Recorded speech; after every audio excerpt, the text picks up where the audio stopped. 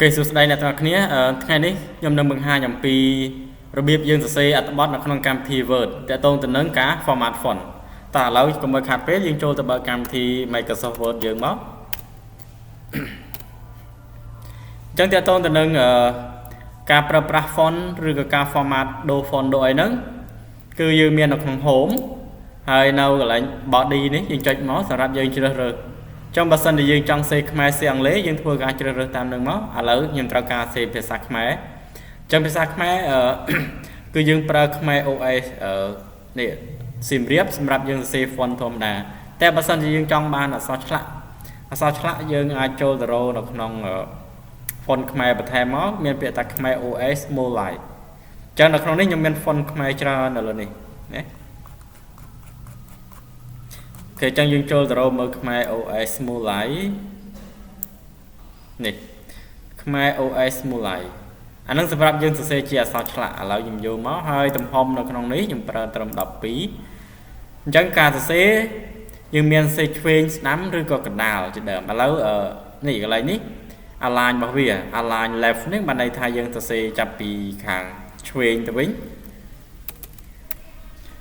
យើងដូរជាភាសាខ្មែរចឹងបើសិនជាយើងចង់សរសេរអត្ថបទនៅកណ្ដាល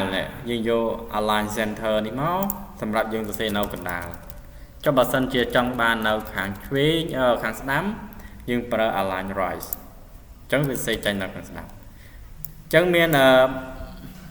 អ្នកខ្លះគាត់អត់ទាន់ចេះសរសេរកន្លែងឆ្វេងស្ដាំកណ្ដាលចឹងហើយនេះវាជាចំណុចតូចតាចទេដែលយើងអាចនឹងភ្លេចឥឡូវខ្ញុំចង់សរសេរនៅកណ្ដាលចុះខ្ញុំដាក់មកខ្ញុំដាក់ថាសៀមរាបអូខេបន្តមកទៀតចុះបើសិនយើងចង់សេ font នឹងជា font មកធម្មតាវិញយើងចូលមកកន្លែង font យើងរើសយកខ្មែរ OS សៀមរាប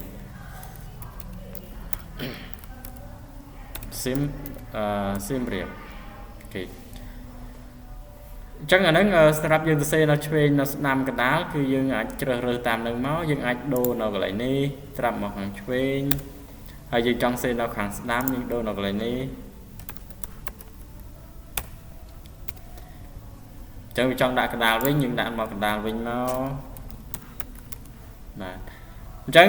សម្រាប់យើងសរសេរបានប៉ុណ្ណឹងគឺសម្រាប់ដូចជាដូរ font ហើយនឹងទំហំអក្សរចុះបើសិនជាយើងចង់បានពណ៌អ្នកទាំងអស់គ្នាអាច select លើអក្សររបស់យើងមកចូលកន្លែងអក្សរ A នេះ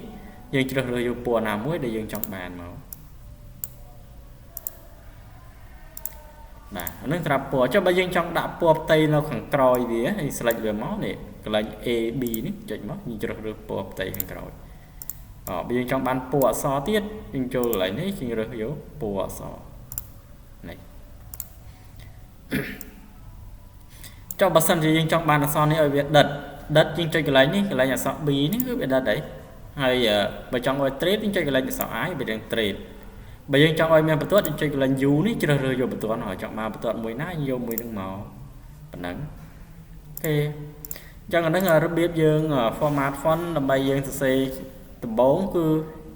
ប៉ុណ្ណឹងយើងអាចចេះហើយយើងអាចវាយអត្ថបទបានហើយអញ្ចឹងវីដេអូហ្នឹងមានតែប៉ុណ្ណឹងទេអរគុណច្រើនយើងនឹងជួបគ្នានៅវីដេអូបន្ទាប់